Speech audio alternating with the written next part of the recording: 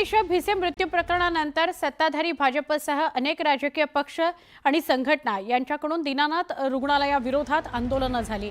पण आता या आंदोलनावरून भाजपमध्ये अंतर्गत वाद चव्हाट्यावर आलाय। मेधा कुलकर्णींच्या कार्यकर्त्यांवर टीका करण्यात आल्यानंतर भाजपच्या पक्ष संघटनेमध्ये वाद उमटलेत। यावर आता शहराध्यक्ष धीरज धाटे यांनी मेधा कुलकर्णींना बैठकीत बोलण्याचा सल्ला दिला आहे। तसंच वाद मिटवण्याकरता केंद्रीय मंत्री मुरलीधर मोहोळ आणि चंद्रकांत पाटील तसंच पक्षातील पदाधिकारी आणि आजी माजी आमदारांची बैठक होणार आहे। दरम्यान या वादाच्या पार्श्वभूमीवर आज बैठकीत तोडगा निघणार का याकडे सगळ्यांचं लक्ष आहे।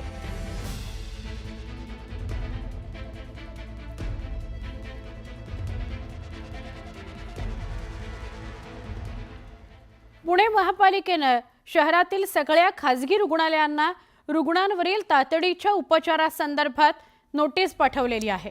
तातडीच्या उपचारांची गरज असलेल्या रुग्ण किंवा त्यांच्या नातेवाईकांकडून अनामत रक्कम घेऊ नका। रुग्णांवर पहिल्यांदा उपचार करा, त्याला प्राधान्य द्या, त्याचा जीव वाचवण्याला प्राधान्य द्या, असं महापालिकेने रुग्णालयांना पाठवलेल्या नोटिशीमध्ये म्हटलं आहे।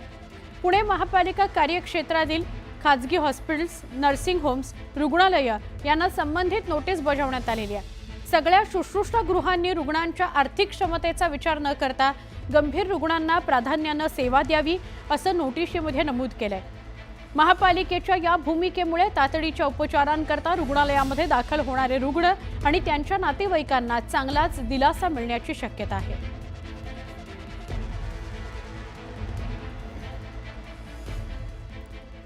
बातमी आहे रायगडमधून। रायगड जिल्ह्यातील श्रीवर्धन आणि म्हसळा तालुक्यामध्ये एका आठवड्यात 2 रुग्ण दगावले। रायगड जिल्ह्यातल्या माणगाव शासकीय रुग्णालयाच्या हलगर्जीपणामुळे 14 वर्षाच्या बालकाचा दुर्दैवी मृत्यू झाला।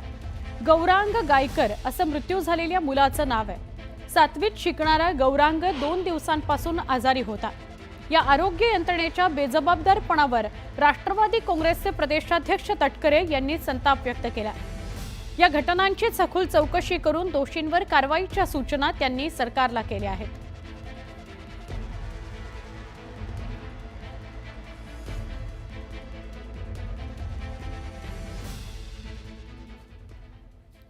कल्याण डोंबिवली महापालिकेच्या कल्याण पूर्वेतील शक्तिधाम प्रसूतीगृहामध्ये शांती देवी मौर्य या महिलेचा उपचारादरम्यान मृत्यू झाला। गर्भपात आणि कुटुंब नियोजन शस्त्रक्रियेकरता ती रुग्णालयात दाखल झाली होती। शस्त्रक्रिया करण्यापूर्वीच तिची प्रकृती खालावली। तिला प्रसूतीगृहातून खासगी रुग्णालयात नेत असतानाच तिचा वाटेत मृत्यू झाला। या महिलेच्या मृत्यूला प्रसूतीगृहातील डॉक्टर्स जबाबदार आहेत असा आरोप महिलेच्या कुटुंबियांनी केलेला आहे। तर कोणताही हलगर्जीपणा झाला नसून शवविच्छेदन अहवालानंतरच मृत्यूचं कारण स्पष्ट होईल असं केडीएमसी कडून सांगण्यात आलंय। का ऑपरेशन करने का था, तो मेरे को सुबह से नहीं आने दिया। उसके बाद में 3 बजे ऑपरेशन करना चालू कर दिए। वकील ऑपरेशन हुआ ही नहीं, सुई इंजेक्शन से उसका मौत ले लिए। तो ऑपरेशन किया नहीं ऐसा? ऑपरेशन नहीं हुआ है, इंजेक्शन दिया। तो अभी क्या मांगे आपकी? बोल रहे गुटखा खाते थे, गुटखा नहीं बताया, तो बताया था गुटखा खा रही है, तभी भी ऑपरेशन इंजेक्शन मार दिए, मौत हो गया उसमें। SCERT कडून घेतल्या जाणाऱ्या पॅट या परीक्षेमध्ये ती प्रश्नपत्रिका त्याची फुटली असं समोर आलंय। इयत्ता 9वीच्या प्रश्नपत्रिका फुटल्याचं उघडकीस आलंय। 9वीची मराठी भाषा विषयाची परीक्षा आज होती, पण सोमवारीच ही प्रश्नपत्रिका सोडवण्यासंदर्भात मार्गदर्शन करण्याबाबतचा व्हिडिओ YouTubeवर बघायला मिळाला। या प्रकरणी SCERT कडून पुणे पोलिसात तक्रार करण्यात आली आहे। पॅट परीक्षेच्या प्रश्नपत्रिका फुटण्याचे प्रकार यापूर्वी सुद्धा घडलेले आहेत, त्यामुळे या परीक्षेच्या गोपनीयतेबाबत प्रश्नचिन्ह उपस्थित होता।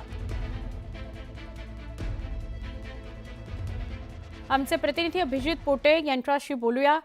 अभिजित, या पॅटच्या प्रश्नपत्रिकेसंदर्भातली जी माहिती समोर आली आहे त्या अनुषंगाने आत्ताचं काय अपडेट, काय चौकशी, काय कारवाई?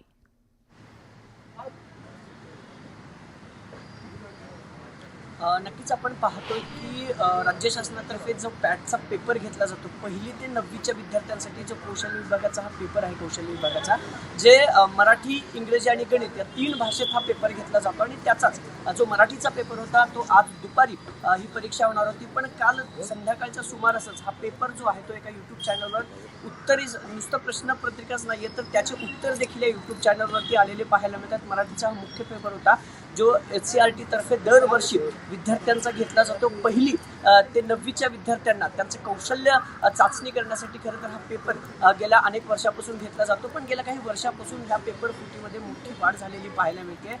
जे अधिकारी आहेत ज्यांच्याशी आपलं बोलणं झालं त्यांच्यातर्फे सांगण्यात येते की महाराष्ट्र शासनातर्फे जे पेपर प्रिंट होतात ते राज्यभर पाठवण्यासाठी त्याची व्यवस्थित सुरक्षा केली जात नाही आणि त्यामुळं या पेपर फुटीच्या घटनेत जो मुख्य पेपर होता आजचा 9वीचा हा पॅटचा पेपर होता ज्याला परफॉर्मन्स असेसमेंट टेस्ट असं म्हटलं जातं आणि त्याचाच मराठीचा पेपर काल रात्री एका यूट्यूब चॅनल जो आहे एक पर्सनल यूट्यूब चॅनल आहे त्याच्यावरती हा पेपर आला आणि त्या यूट्यूब चॅनलवर त्या प्रश्नांची उत्तरं देखील देण्यात आलेली आहेत आणि याचं खरं तर आता HCERTनं गंभीर्यानं घेऊन पुण्यातल्या सायबर पोलिसांकडे याची एक तक्रार दाखल केलेली आहे. जो यूट्यूबर आहे त्याच्या विरोधात गुन्हा जो आहे तो दाखल होण्याची शक्यता आहे. ती सगळी प्रक्रिया आता पुणे सायबर सेलकडून करण्यात येत आहे पण जी तक्रार काल नोंदवण्यात आली होती त्यामध्ये 9वीचा जो मराठीचा आज 1:30 वाजता तो पेपर होता आणि तोच पेपर नेमका फुटलेला आहे. त्यामुळं आजची ही परीक्षा आता रद्द होते का की पेपर घेतला जातो हा यूट्यूबर नेमका कोण आहे ही प्रश्नपत्रिका आणि त्याची उत्तरं ही नेमकी बाहेर कशी आली याचा सगळा शोध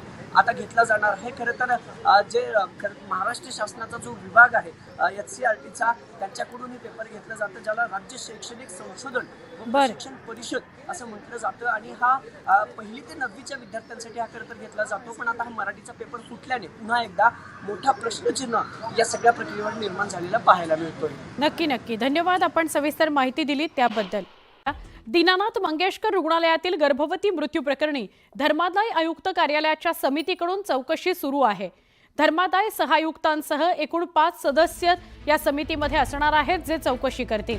धर्मादाय आयुक्त समितीचा अहवाल येण्याकरता 2 दिवस लागणार आहेत.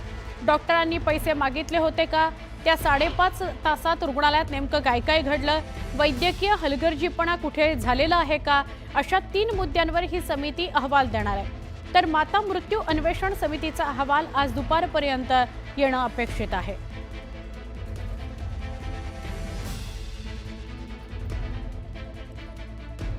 आमचे प्रतिनिधी वैभव सोनवणे यांच्याशी बोलूया. वैभव, या सगळ्या प्रकरणामध्ये काय अपडेट?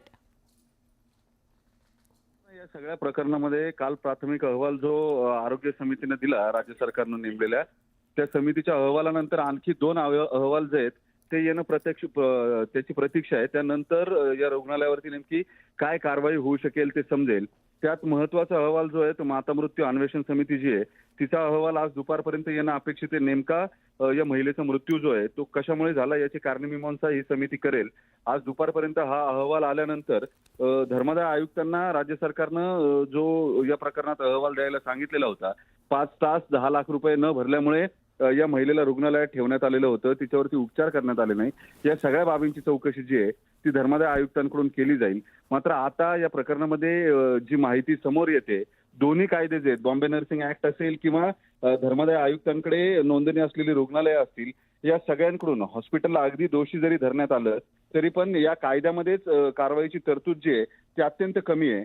5,000 रुपये ते 50,000 रुपये दंडापर्यंतच ही कारवाई जी आहे ती करता येऊ शकते या दोन्ही कायद्यांच्या अन्वये. बॉम्बे नर्सिंग ऍक्ट असेल किंवा चॅरिटेबल ऍक्ट असेल या सगळ्यांच्या अंतर्गत रुग्णालयाला फार कमी दंडात्मक कारवाईची तरतूद आहे. या सगळ्या प्रकरणामध्ये पोलिसांकडून गुन्हा दाखल होईल का हे पाहणं जास्त महत्वाचं असणार आहे आणि त्या संदर्भातला अहवाल जो आहे तो जिल्हा मेडिकल बोर्ड देतं ज्याच्यामध्ये ससून रुग्णालयाचे अधीक्षक असतात, जिल्हा शल्य चिकित्सक असतात आणि आणखी 2 डॉक्टर जे या समितीवरती नेमलेले असतात त्यांच्याकडून ह्या मेडिकल नेग्लिजन्स झालाय का याबाबतचा अहवाल पोलिसांना देण्यात येतो. या सगळ्या संदर्भामध्ये जेव्हा चौकशी करण्यात येते त्यात जो मेडिकल प्रॅक्टिशनर ऍक्ट आहे त्यानुसार सुद्धा या प्रकरणात काय गुन्हा दाखल करता येईल याची चाचपणी पोलिसांकडून सुरू आहे. मात्र त्यांच्याही हाती फारसं काही लागेल असं दिसत नाही. त्यामुळे रुग्णालयावर खरंच कारवाई होणार का, ती कारवाई कडक होणार का असे अनेक प्रश्न अजूनही अनुत्तरित आहेत. नक्की धन्यवाद. आपण माहिती दिलीत त्याबद्दल.